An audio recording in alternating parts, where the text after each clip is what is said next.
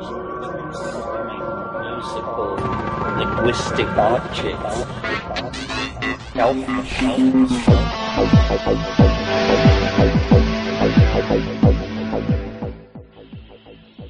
Greetings from Cyberdelic Space. This is Lorenzo, and I'm your host here in the Psychedelic Salon. And once again, I would like to begin by thanking some of our fellow saloners who have either made donations to the salon or who have paid for a copy of my Pay What You Can novel, the audiobook version of the Genesis generation. And these wonderful people are John C., Timothy F., John S., Melissa S., Eric B., Ewan M., Fred S., and Jeremy S., who not only made a significant donation to the salon, but did it with an interesting number. Very clever, Jeremy. And the last donor I'd like to thank this week is Diana Slattery, who, as you know, has already contributed significantly to the salon by sending me a big box of Terence McKenna recordings, which included the 2 recent podcasts of some of his earliest recordings, among many others that she sent.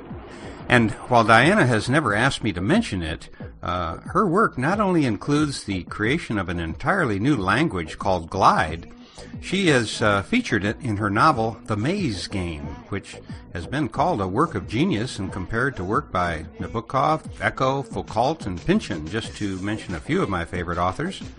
And I'll put a link to it in the program notes for today's podcast in case you'd like to check it out. So again, thank you one and all for your continuing support of these podcasts. Now, today I'm going to play another recording from the Timothy Leary archive that I received through the good graces of Dennis Berry and Bruce Stamer. And the one I've selected is a debate that was recorded on October 23rd, 1990. And it was held between Dr. Leary and a person I consider one of the all-time over-the-top assholes of America, G. Gordon Liddy.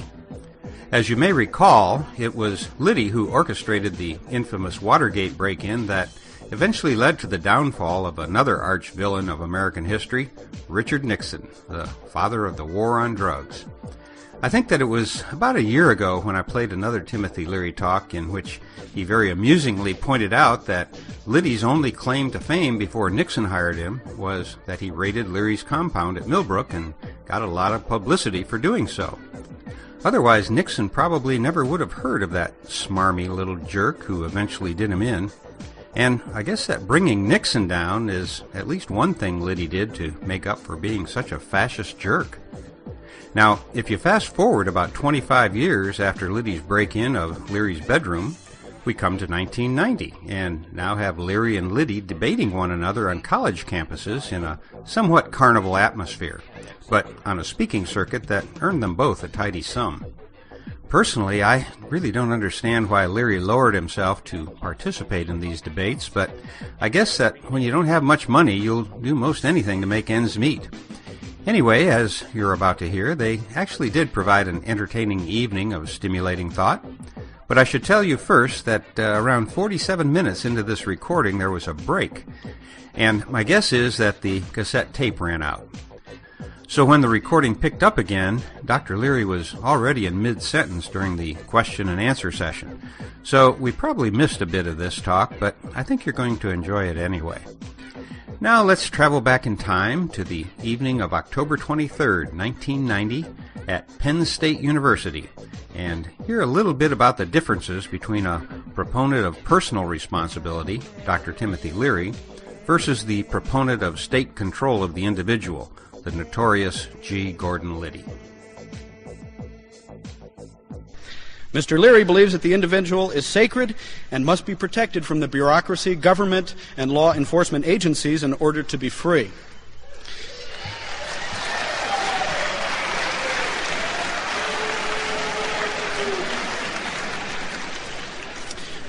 Before we get started tonight, I'd like to introduce one of our guests, Dr. Timothy Leary. In 1959, Dr. Leary was appointed to the faculty of Harvard University, and for 3 years he was the director of the Harvard Psychedelic Research Project.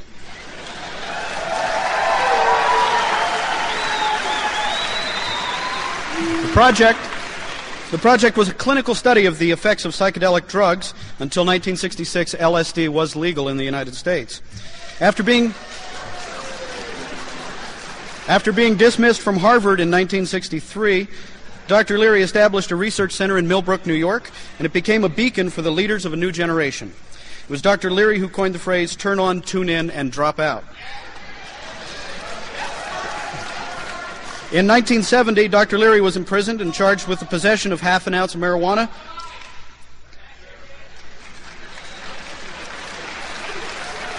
He narrowly escaped prison and was later granted political asylum in Algeria and Switzerland. He eventually was captured in Afghanistan by DEA agents and extradited back to the United States. Mr. Leary was paroled in 1976. Please join with me in welcoming Dr. Timothy Leary.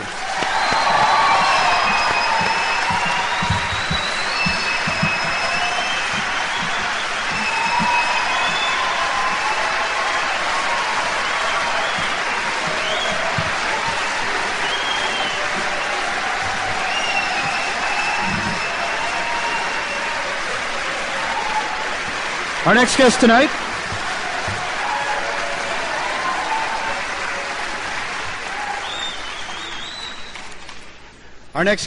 tonight is a supporter of the power of government. Mr. Liddy was a law review graduate, and he holds a doctorate from Fordham University in law. He became, at age 29, the youngest supervisor at the FBI National Headquarters. After serving with the FBI, Mr. Liddy practiced international law and then served as an assistant district attorney. His name became well known outside of political and law circles when he led 2 raids on the headquarters of Dr. Timothy Leary, leader of the 60s psychedelic movement. Dr. Liddy lost the 1968 Republican congressional primary in New York's 28th district. He then took command of Richard Nixon's presidential campaign. When Nixon won, he was appointed to various university and Nixon administration positions. He then became general counsel to re-elect the president in 1972, and the rest, as they say, is history. Mr. Liddy was sentenced to 21 years in maximum security prison for his role in the Watergate scandal.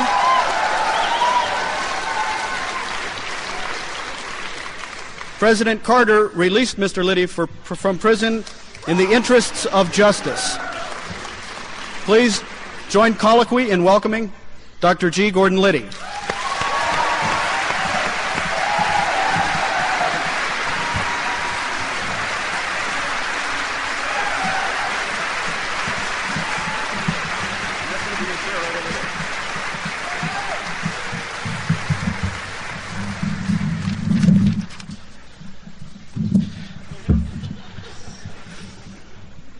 Got to make sure I can keep the room covered here.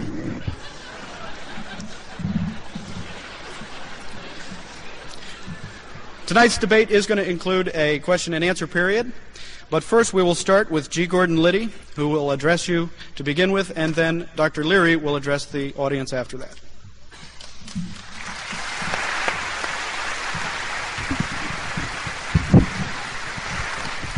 I won the coin toss about going first, but Tim Leary and I, as you're going to find out right from the beginning, don't even agree on the facts and circumstances surrounding our first meeting. And I think probably we better clear that up, because we were arguing about that just inside here again. So, Tim, why don't you just start off this evening by just telling them how we first met, or your version of it as best you can remember it under the circumstances.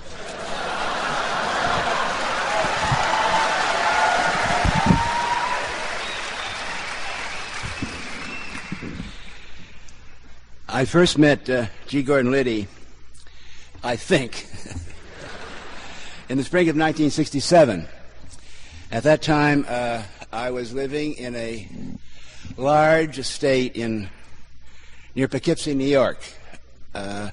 We had formed there something called the, I think it was called the Castalia Foundation, and we'd assembled there a group of psychologists, philosophers, doctors, and various artists and poets, and we were conducting very diligently researches in altered states of consciousness.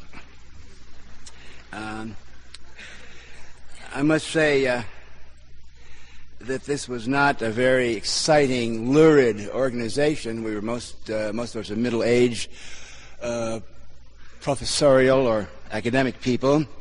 We were publishing a well-known academic scholarly journal. We were writing articles. We were giving lectures, and we were performing controlled studies. Indeed, our center at Millbrook, New York, at that particular time in world history, had become the world focus or center of this discipline of the careful study of altered states of consciousness, a discipline which goes back for thousands of years, which has appeared in every high civilization in world history, and as an unbroken string of visionary poets, mystics, philosophers. Basically, you're talking about the central thread of human philosophy.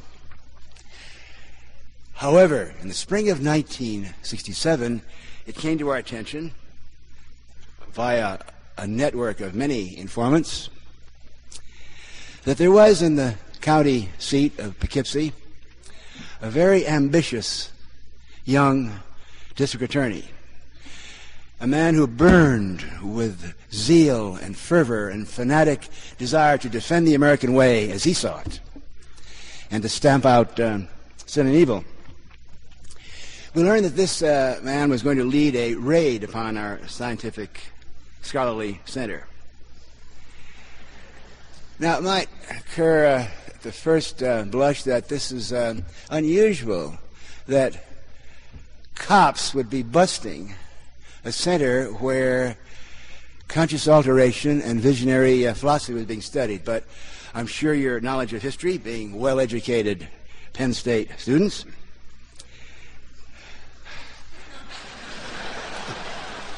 I'm sure you know that throughout human history, the issue we're going to debate tonight has always been a central concern of human society.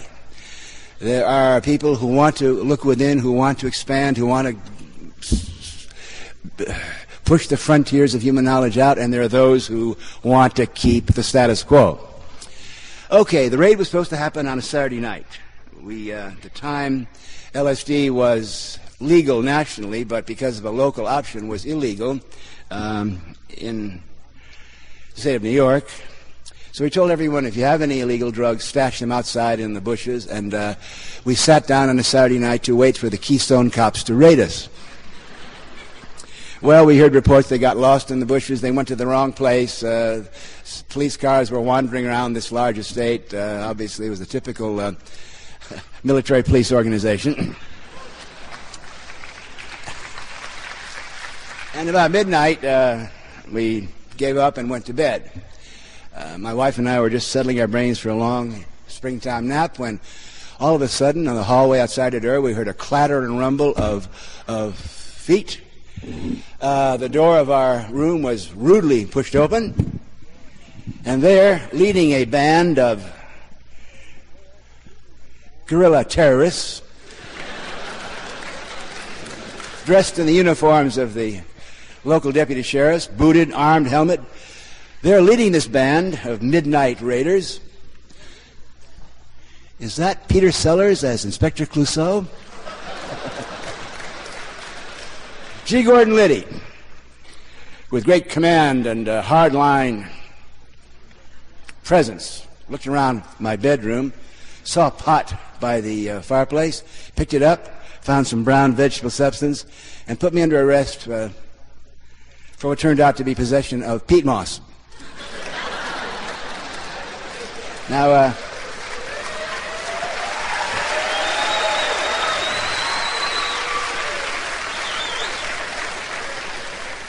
cops never admit a mistake, and military people never admit mistakes, so there are all sorts of reasons given why the case was thrown out of court. Actually, the case was a laughingstock in New York State. It was called the case of the missing marijuana, or the invisible marijuana. I must say, though, Mr. Liddy is relentless and indomitable in his pursuit of justice as he sees it, and he continued to make raids on our headquarters and harassed us and hassled us so much that we realized that this was no place for a civilized American to live. So we moved out of New York State and moved to California, a migration for which I'll always be grateful to Mr. Liddy. Mr. Liddy, however, as a result of his exploits, or probably because they wanted to get him out of the county, was transferred to Washington, D.C. and joined the Nixon White House, where he led other midnight raids of dubious legality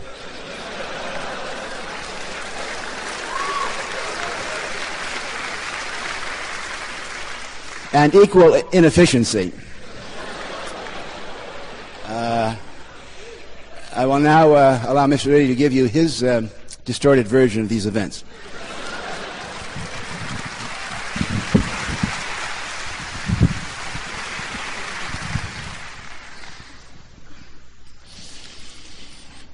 Well, as you're about to see, Tim and I really don't agree on just about anything in this world, and that certainly does include the facts and circumstances surrounding our first meeting.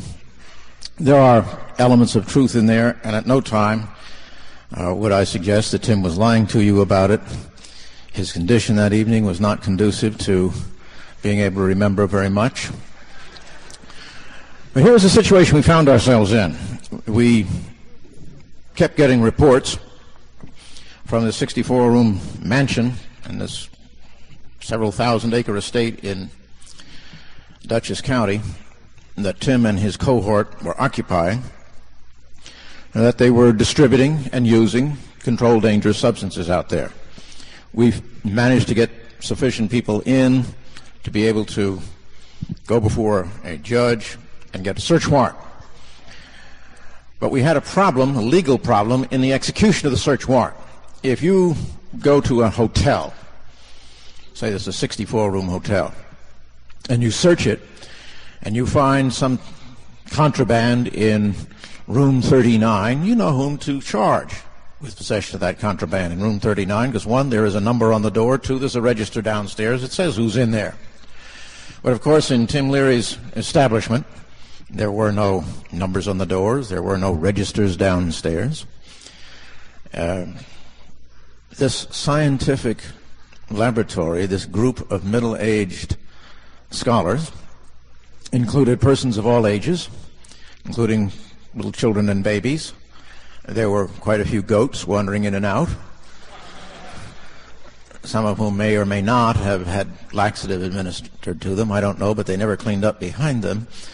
And in any event, it was a pretty weird setup there.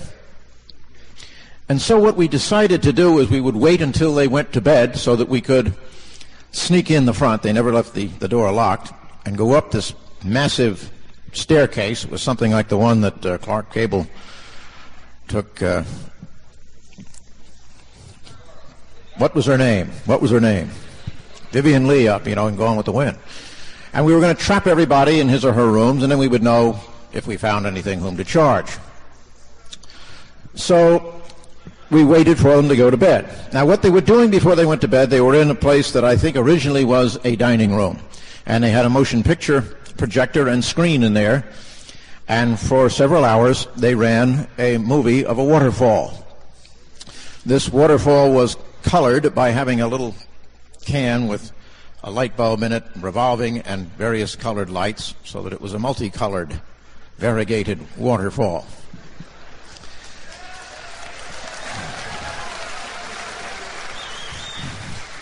While the water fell for several hours, they smoked something. The place was full of smoke. At any rate, they finally staggered off to bed. And that was when we decided, all right, now we'll go in and trap them in the rooms by sneaking up the stairs. We had 12 helmeted and booted deputy sheriffs. And that night I learned something important. 12 helmeted and booted deputy sheriffs cannot sneak. We started up the stairs, and those guys made so much noise behind me that everybody started coming out of the rooms, which, of course, was not the plan, led by His Eminence, the chief scholar, Dr. Leary. He was wearing a Hathaway shirt, period. And my first view of the doctor as I went up the steep stairs and he came down was spectacular, at least. I mean, there he was.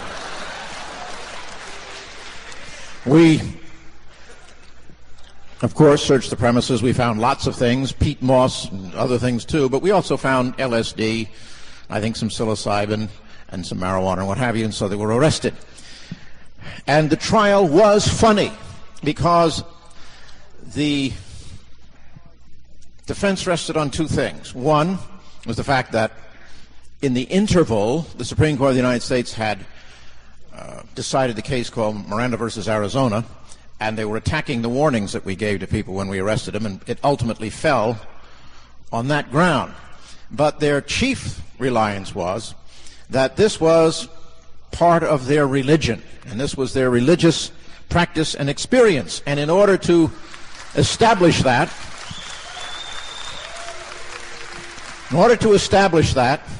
they had a series of so-called expert witnesses. There must have been 20 of them. They were all swamis of one kind or another, with the turbans and the crystal balls and all this stuff. And I'll never forget the judge jumping up and down saying, you know, you bring one more swami in here and I'm going to hold you all in contempt. In any event, as I said, the case failed on the basis of Miranda versus Arizona, but then we raided them again, and this time we got them and they made a deal. You know, you leave Dutchess County and we will stop busting you, and that's really what happened.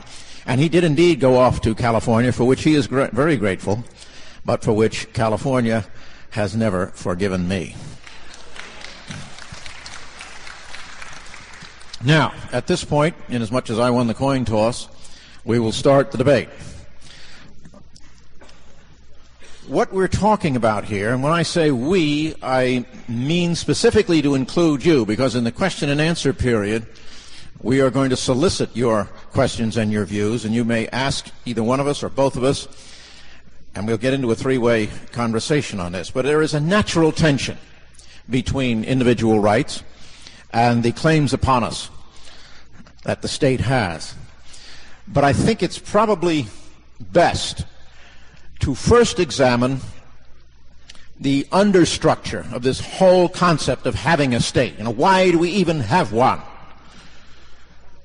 You've got two chief theories abroad in the world today about the nature of man.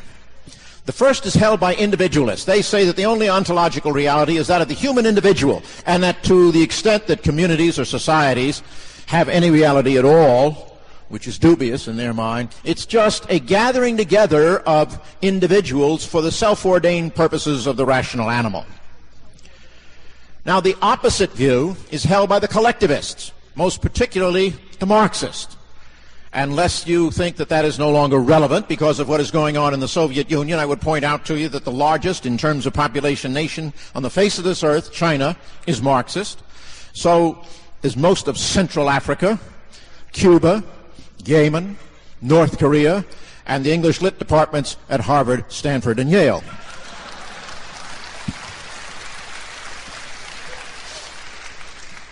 Now, the collectivists believe there is no individual ontological reality at all. As far as they're concerned, the only reality is that of society, and society's nature is completely determined at any given time by the means of production currently in use.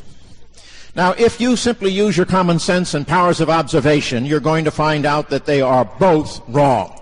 You look around you, you are going to see a world filled with individuals. Tall ones, short ones, fat ones, thin ones, black ones, white ones, yellow ones, red ones, smart ones, stupid ones, etc. But you may have observed something about the human individual in contrast to the lesser animals, and that is that we, the humans, lack the individual weaponry, say, of the fang and the claw, or protective coloration and things of that sort, in order to be able, by ourselves, to realize our individual existential human ends. We cannot do that by ourselves. Unless we have mutual supplementation and cooperation among us, we cannot create such vastly different things as, say, an armed forces on the one hand and a ballet on the other, a healthcare delivery system, a road system, police departments, garbage collection, anything. None of those things are achievable by ourselves. And so the ineluctable conclusion one comes to is that man has an equally viable, equally ontological, real, dual nature. Now, that being the case, you can recognize that there is a distinction between morality on the one hand and law on the other. Indeed, they are intrinsically different. If you confuse them in your minds, you get into a lot of trouble. You can't resolve any kinds of arguments or disputes. If you were the only individual on the face of this earth, what need would you have for a law? Who is to be controlled? There's only you. But you would still have your morality. That's your relationship with your Maker. The study of morality, the academic discipline, is called ethics. The study of law, the academic discipline, is called jurisprudence. Different because they arise from the different sides of mankind's nature. When one goes over to the social side is where one finds laws, because a law is defined as an order of society liable to enforcement that gives certain powers of control over individuals and groups of individuals, communities. And it is also from our social nature that we derive rights. A right is the power to have or to claim something free of the unreasonable interference of someone else. It's a sphere of autonomy with the power to act. And no right is ever limitless. Indeed, all rights are intrinsically limited. I'll give you a common example. My right to worship God the way I see fit never extends to coercing anyone else into worshiping God as I see fit rather than they do. Limited. Now, the common good is that state of affairs, if you will, which makes it possible for all of the individuals to combine through mutual cooperation and supplementation to achieve their human existential ends. And that common good, because it subsumes in itself as a whole the individual good, transcends the individual goods and has a superior claim. Thus, in times of war, when the nation is in danger, they can have a draft, which is involuntary servitude, which is specifically prohibited by the Constitution, and yet you can have one because of the superior claim of the common good. So there's the undergirding of why we even have a state. Then we can get into a discussion where reasonable men can certainly differ as to the nature that state ought to take, totalitarian, democratic, republic, etc. And there, I think, is chiefly where my opponent and I disagree. He, of course, can speak for himself. It's my view that as messy and as sloppy as it is oftentimes in practice, the system that was set up by our founding fathers is a superior one. They broke up our system of government into three parts. One group representing the people through direct election to create laws. The executive to carry them out. And where the inevitable conflicts come, which is what we're going to be debating here today, of course there's going to be conflicts. You had the judiciary to sort of act as an umpire and an interpreter to sort it out and to be able to achieve a final solution of a difference. Now that was an excellent system, and indeed it was an ingenious one, because with respect to the creation of laws in the legislature, the founding fathers wanted to have it both ways. They wanted institutional memory and continuity, but they also wanted constant influx of fresh blood and new ideas. Their solution was a bicameral legislature with the stability of the Senate, 6-year term, and never any more than only 1/3 of that body up for re-election at the same time. Thus, the continuity and the institutional memory. In the House of Representatives, constant fresh blood, new ideas, every single one of them up for re-election every 2 years. That was the idea. And that was the way, in the beginning, it worked. And it worked magnificently well. In George Washington's day, when the by-elections, 40% of the House of Representatives used to be wiped out. Now, 99% are re-elected. You can't get them out of there with a howitzer. Why? Because over the years, slowly, it's an accretion process. It's not a big conspiracy or anything else. It was an accretive process. They loaded the dice in their favor against any challenger. And the load kept getting heavier and heavier and heavier. Until finally, you have a situation where you no longer have a House of Representatives. You now have that from which the colonialists fled from Europe, a House of Lords. And if you don't think that they're a House of Lords, look at the way they behave. They pass laws to govern the conduct of every single one of us, but not any one of them.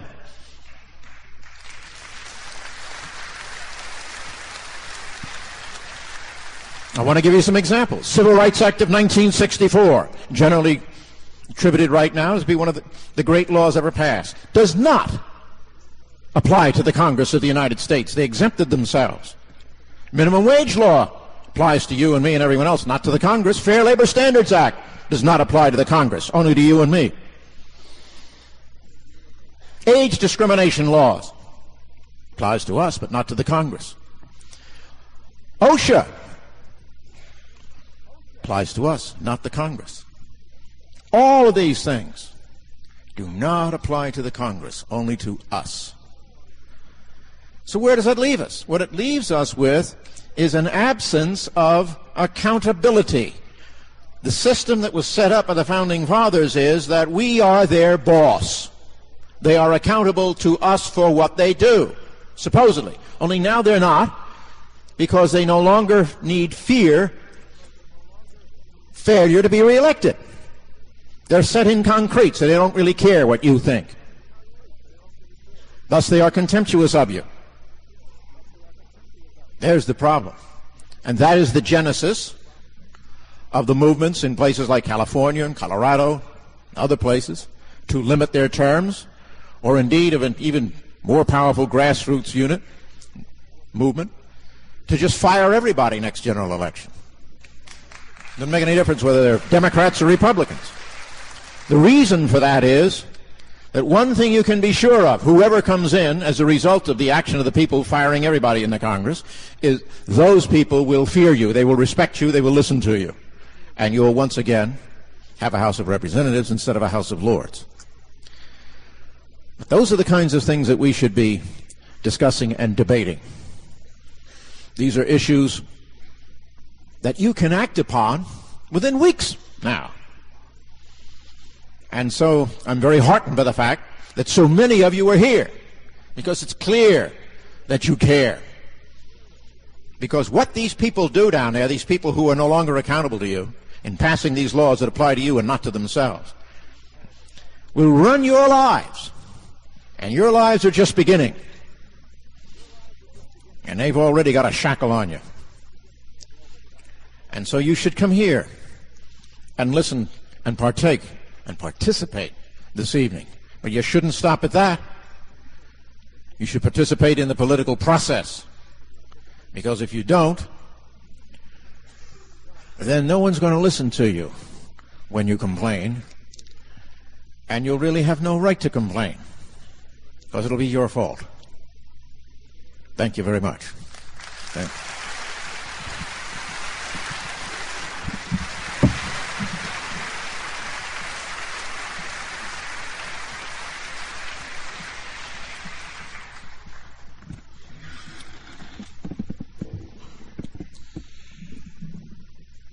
I have come to know Gordon Liddy pretty well. Midnight raids and evening debates. I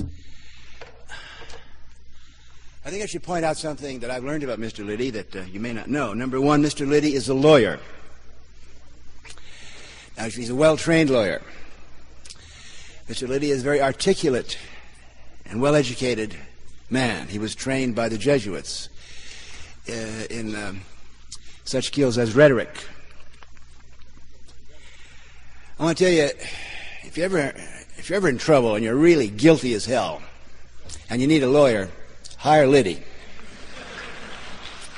Now, to a lawyer or to a partisan, and Gordon Liddy is a partisan party member, there's no scientific evidence.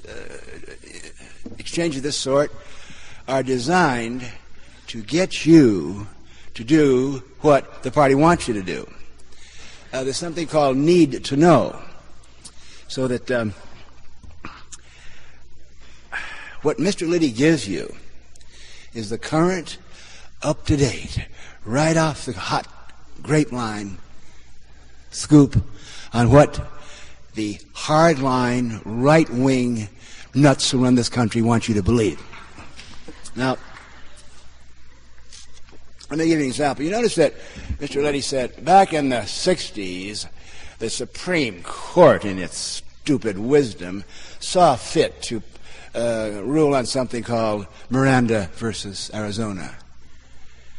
Now, what that case was about was, it said that police have no right to grill, cross-examine, question suspects without warning them of their rights.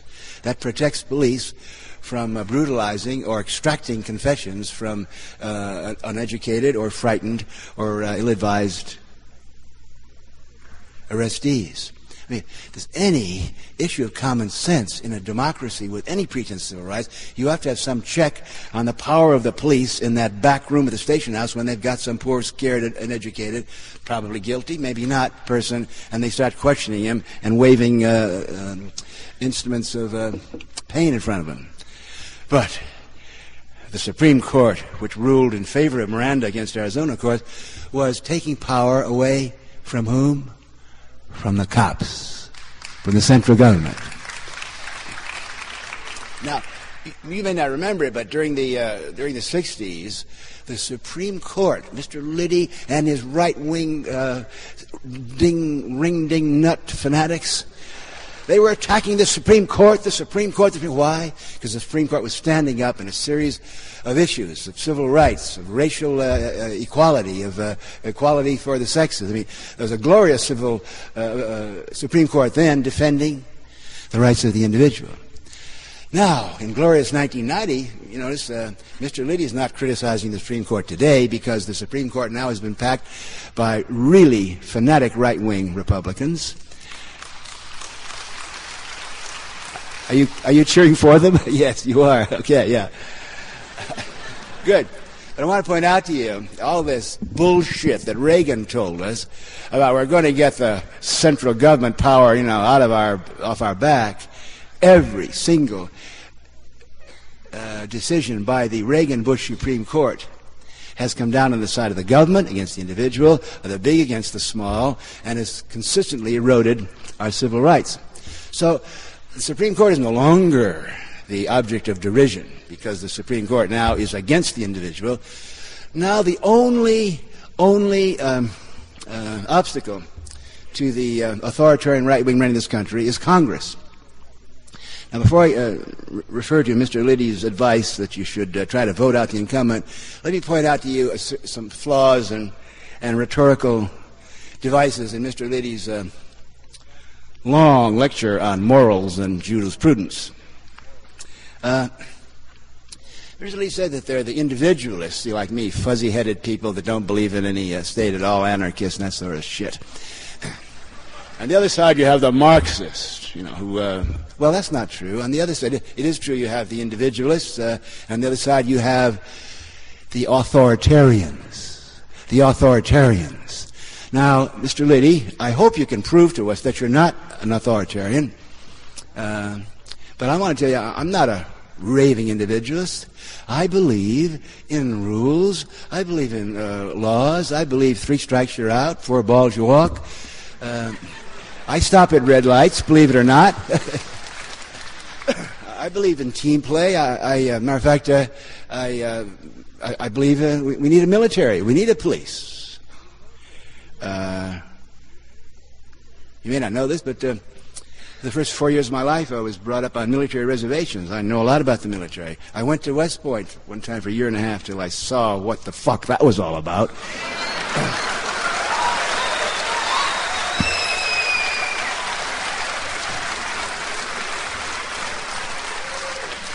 I was a volunteer for military service in World War II, and I served 5 years. Matter of fact, when it comes to bragging rights here, Mr. Liddy served more time in prison than I did.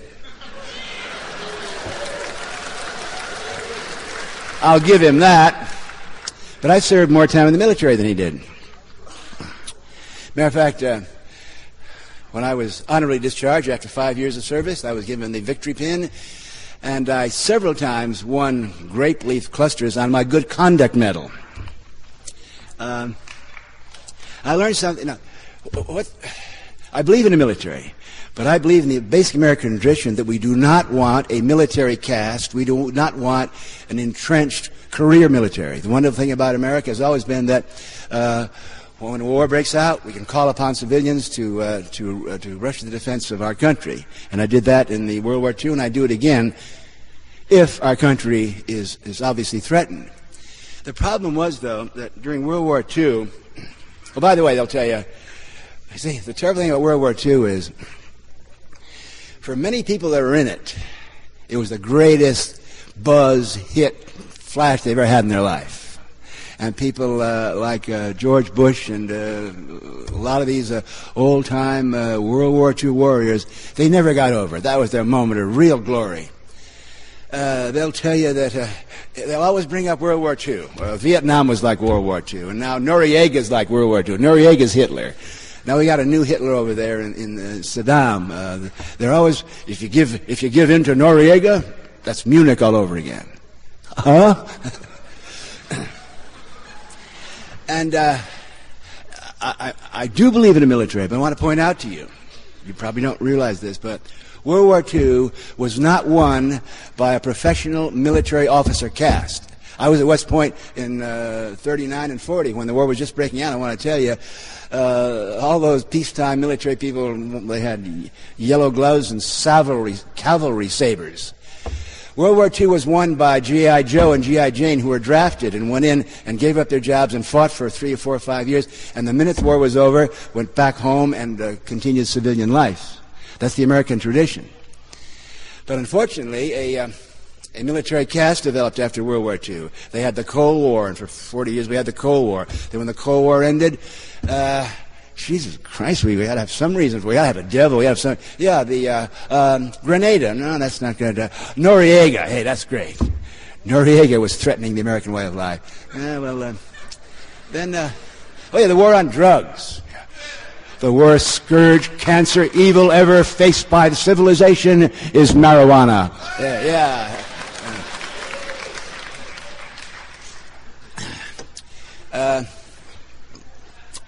Now, I'm not rambling here. I was talking about this, the issue of Mr. Liddy going after Congress right now. Oh, by the way, yeah, I do ramble, no question of it. I'll probably ramble tonight. And one of the reasons is that I don't have, one point of view. I don't have one party line. My job tonight and my job for the last 40 years has been to encourage you and to empower you to think for yourself and to question authority. So,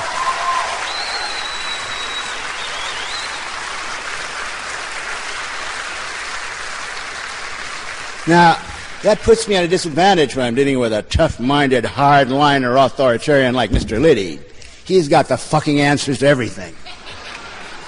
And I don't. My job is to question Mr. Liddy and to question the nutcases running around the White House and to remind you that the basic tradition and the basic duty of an American citizen is to stand up and question authority. That's the tradition we inherited from Jefferson and Franklin and Thoreau and that long line of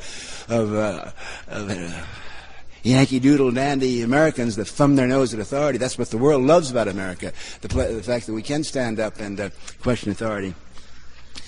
All right, to go back to Mr. Liddy and his advice to you. Mr. Liddy tells you got to vote. And when you vote, you got to vote against the incumbent. What does that mean? Well, the problem, you see, that Bush is having is that Congress is Democratic. Get it? So what, mister? No shit, Sherlock. She wants us to vote Republican. Well, what is new? I mean, is the Pope an Arab? I mean, really. My advice to you, I agree. I must say I agree with Mr. Liddy that politicians, both Democratic and Republican, are absolutely corrupt and in power just for themselves. Isn't that the lesson of the glorious revolutions of the 1980s? Doesn't everyone in the Soviet Union and East Europe know that? Doesn't every individual in the world with more than 2 fingers of planet know that every political power and every politician has only one aim: to keep their butt in office at the expense of the common good? Now, Mr. Liddy, you remember, said that the rights of the individual must be suspended, boys and girls, when the common good, well, as I've said to you, I believe in groups, I believe in organizations, I believe in democracy, but this thing about the common good, I'm rather skeptical about it. You see, the way this country started, 1776, it was a democracy in which you'd send to Washington a representative of your village or your city or your county or your senator for your state. Now, in those days, you knew who your candidates were. You'd meet them at the town hall. They'd go around in their buggies, and you'd know who they were. And it took like 2 weeks to send them to Washington by horse, so they'd go there and they'd come back. And that's where democracy worked. Obviously, today, democracy does not work, because democracy now, obviously, works for him who controls the press and the boob tube. My advice to you is, number one, don't rely on politicians to solve your problems. Number two, work to the fullest of your power to decentralize and to take power away from the central government in Washington. Bring it back to the villages, to the cities, to the neighborhoods.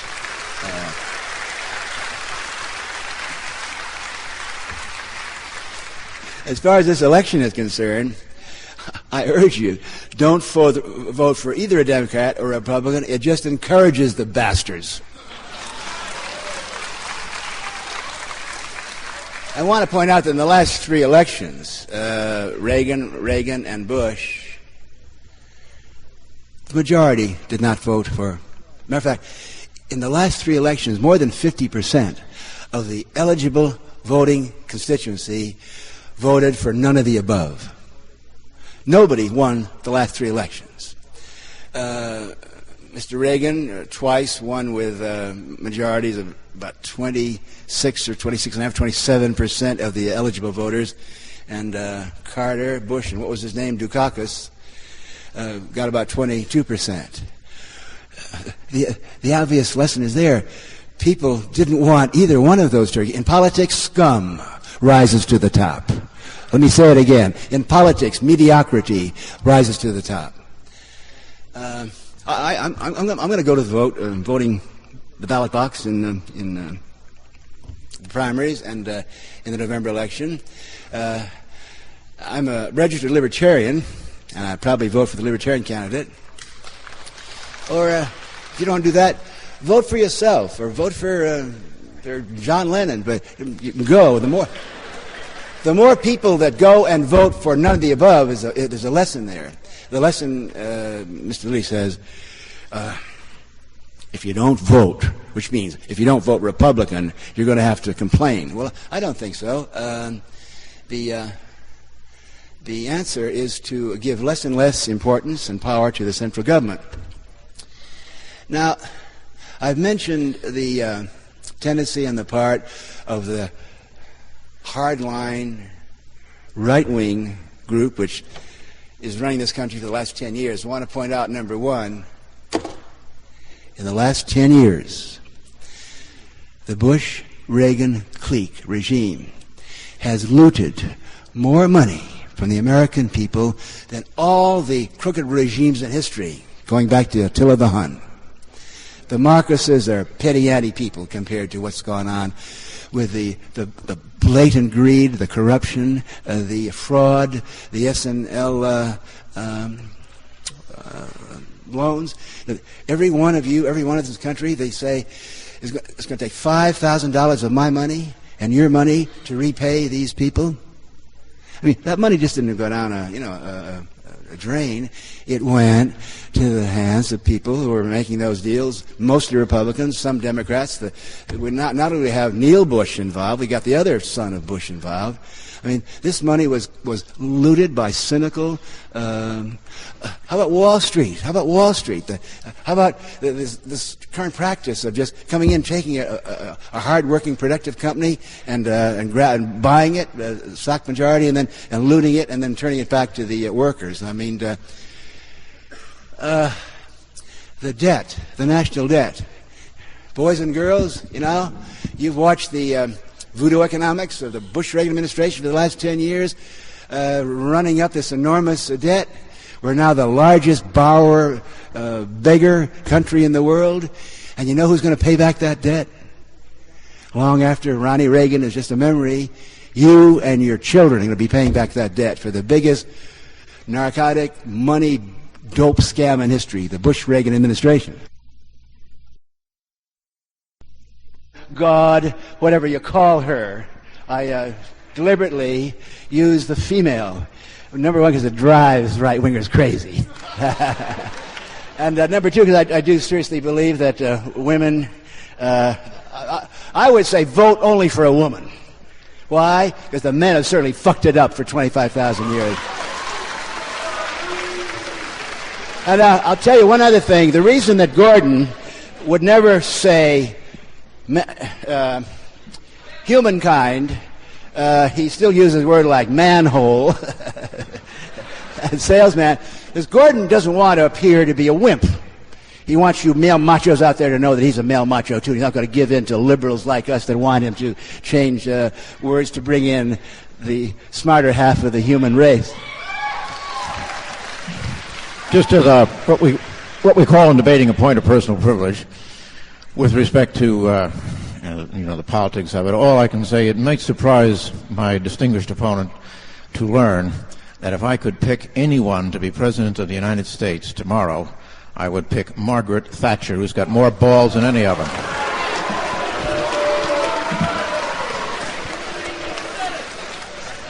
Our next question is for both Mr. Liddy and Mr. Leary. Mr. Leary will respond first. Mr. Leary, you made a very effective point when you were talking about the individual's rights to make decisions in their own lives and to decide whether or not drugs are for them. My question for you and both Mr. Liddy is that don't you think that society has a right as well that transcends the individual's rights when minority communities are becoming culturally devastated by the effects of drugs, when babies do not have a choice and are born addicted to drugs, and when others are affected by the actions of those people who have brought themselves down into the depths, into the clutches of drugs?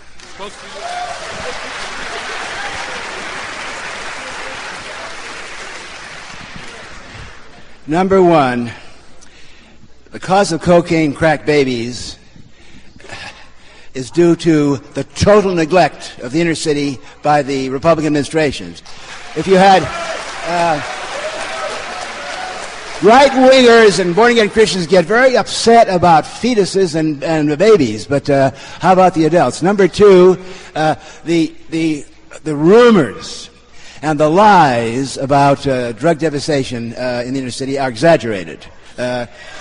Cocaine deaths, there are about 3,000 cocaine deaths a year. There are 50 to 100,000 alcohol deaths, about close to a quarter of a million nicotine deaths, and deaths due to marijuana. Deaths due to marijuana there have been 25 deaths due to marijuana in the last 25,000 years. And those are caused by, in other words, you're just waving the flag. Naturally, you come in and you wave the flag of the babies, the babies, the babies. Well, if you care about the babies, putting pot smokers in jail ain't the way to do it. And I'll tell you this. Look what happened in the 60s and the 70s. In 1976, we had a Democratic president, Jimmy Carter. Marijuana was legalized in 14 states.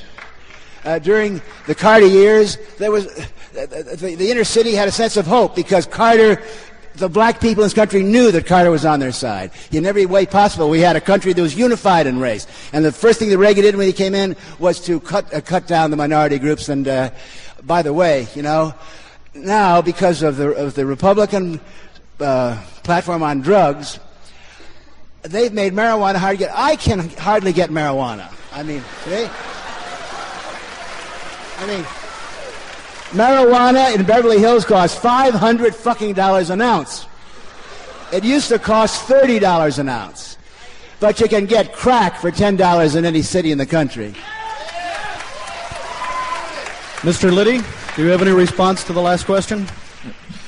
My response, of course, is that I agree with with what the young man said. But the situation, just so you understand the situation with respect to crack and other cocaine being more available and marijuana, the persons who import it have a problem. Cocaine is a very concentrated, valuable thing. It's sort of like bringing in diamonds. You can get high value in small volume. It's much easier to smuggle. When you have marijuana, you know, you've got the practical equivalent of bales of hay, and it's a lot more difficult for them to smuggle it in. There's the difference for you.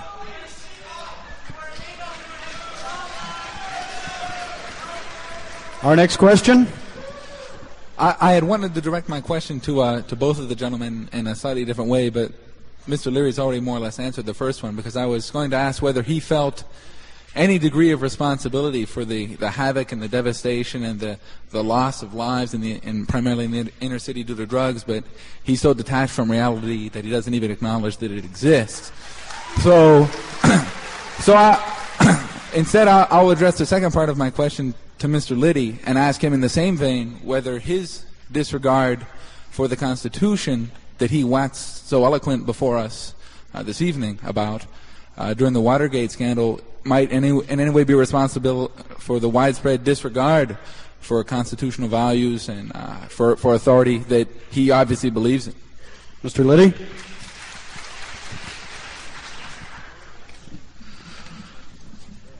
One of the things that one does in this great country of ours is that if you believe in something strongly enough, you are not at all loath to break a law for it. For example, you have people who will violate the law by chaining themselves to the gates of the embassy of South Africa and things of that sort. We had people during the civil rights movement days who would be arrested and so forth. And every one of them, when they were caught, paid whatever the penalty was because they knew that was part of it. And I certainly paid it and it was part of it. And you don't hear me up here playing the violin for having had to go into prison. It's really an old, long-standing American tradition. With respect to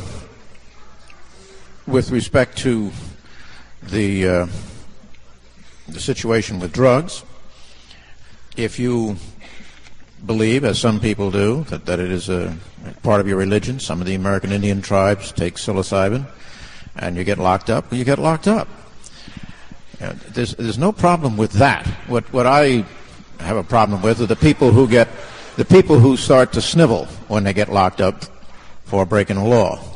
One can have respect for someone who will break the law for some purposes that he believes in. One does not have respect for people who break the law and then snivel at whatever the consequences may be. It's about 9:30, and the time has come. What we're going to do is I'm going to make a closing statement, and then Mr. Liddy will, and then I'll be around here if anyone has individual questions. By the way, I've mentioned to you that I'm working with new, very inexpensive computer programs for education. If any of you are interested in knowing more about this or want to get on my mailing list, you can put your name and address on a piece of paper and bring it up to this corner of the stage. Now, at this moment, I'd like to thank the Colloquy group that invited us here. I want to tell you, this is the kind of audience I think I can speak for Mr. Liddy, that Mr. Liddy and I like. It's impassioned, you're certainly alert, and you're certainly alive, and we thank you for your participation in making this a lot of noise tonight.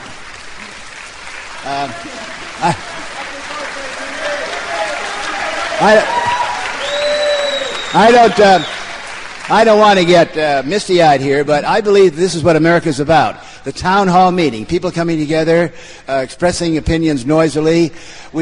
I want you to be irritated at what I say. I want to leave you thinking, Mr. Liddy joins me in that. Thank you very much for coming, and stay free. Okay.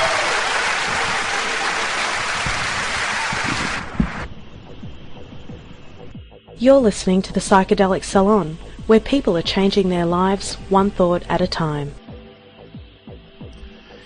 And unfortunately, that's where the tape ended. So we don't get to hear their closing comments. However, to tell you the truth, I've already heard about as much from Liddy as I care to. I really have to hand it to Dr. Leary for being such an enlightened being that he could be so civilized in the presence of that jerk-off Liddy. Personally, I wouldn't walk across the street to spit on his shoes, which tells you volumes about the sad state of my own personal growth. That said, I find it hard to disagree with Liddy's answer when he was asked why he claims to support the U.S. Constitution, and yet he intentionally broke the law on many occasions in the pursuit of his own agenda. Basically, he seemed to say that if you are passionate enough about something, then you shouldn't let a little thing like the law of the land get in your way. And that, my fellow saloners, seems to pretty well sum up the attitude of the worldwide cannabis and psychedelic communities as well. Too bad he only applied those rules to himself and not to Timothy Leary, who also had taken the exact same approach to what he considered the foolish and inhuman laws prohibiting the use of our sacred medicines. Now, I don't know that I have to comment on it, but like you, I found it quite amazing that the outrage Leary felt in 1990 about the looting going on by the Bush crime family would be orders of magnitude greater if he were alive today. The savings and loan scandal that he was referring to only looted the U.S. Treasury of around $90 billion, whereas Little Bush Jr. and his Wall Street buddies looted the Treasury of over $1 trillion in 2008. I can hardly wait to see what the next round of looters will raise the stakes to. Of course, there really isn't much room to set new records like that, since the GDP of the entire planet is still under $60 trillion. And don't forget, Obama still hasn't put any of these criminals in jail.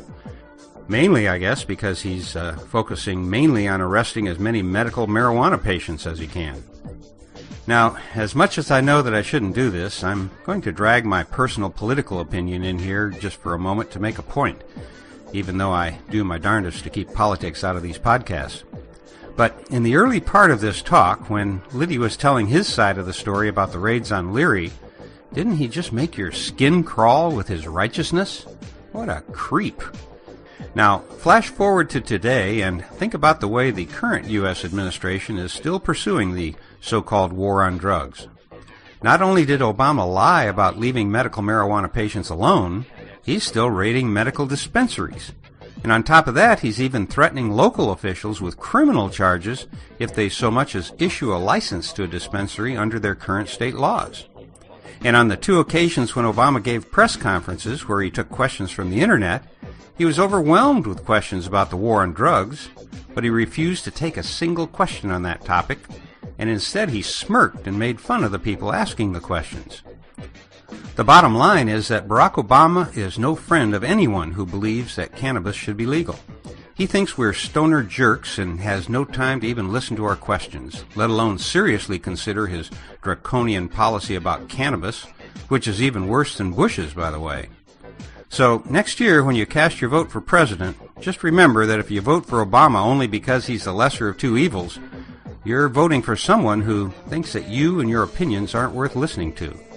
He's an active drug warrior who sees you as his enemy in this war. And personally, I'd rather not vote at all if it means that my only choice is to vote against my own interests by supporting any of the gutless major candidates. There. Now I feel a lot better. And I promise to leave politics out of these podcasts for as long as I can. Now to change back to a more pleasant topic. In the beginning of this talk, we heard Dr. Leary say that at the Millbrook compound that Liddy raided, they had assembled a team of artists, philosophers, and psychologists. Well, besides Leary himself, one of the other psychologists there was our dear friend Gary Fisher, who you heard in podcasts 15, 97, 98, 156, 200, and 232. And just so that you know, Gary is going to be celebrating his 80th birthday this Sunday, and I'll be there along with Charlie Grobe and dozens of others to celebrate the occasion. So I'll be sure to tell Gary that you and the rest of our fellow saloners will not forget all of the important pioneering work that he did back in the early days of psychedelic research. Well, that's going to do it for now, and so I'll close today's podcast by reminding you once again that this and most of the podcasts from the Psychedelic Salon are freely available for you to use in your own audio projects under the Creative Commons Attribution Non-Commercial Share-alike 3.0 license. And if you have any questions about that, just click the Creative Commons link at the bottom of the Psychedelic Salon webpage, which you can get to via psychedelicsalon.us. And if you are interested in the philosophy behind the salon, you can hear something about it in my novel, The Genesis Generation, which is available as a pay-what-you-can audiobook that you can download at genesisgeneration.us. And for now, this is Lorenzo signing off from Cyberdelic Space. Be well, my friends.